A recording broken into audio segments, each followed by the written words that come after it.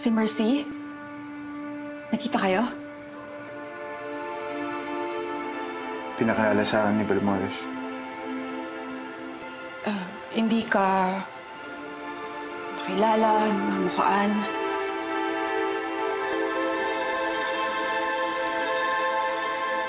Base sa reaction niya, hindi.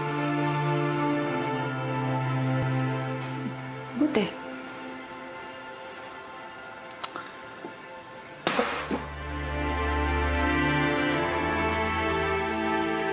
Nakilala ko rin yung anak nila ni Atty. Miguel Aguirre.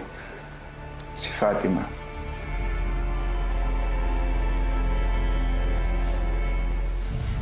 Na bakit mukhang bothered ka? May naramdaman ka ba nung nakita kayo?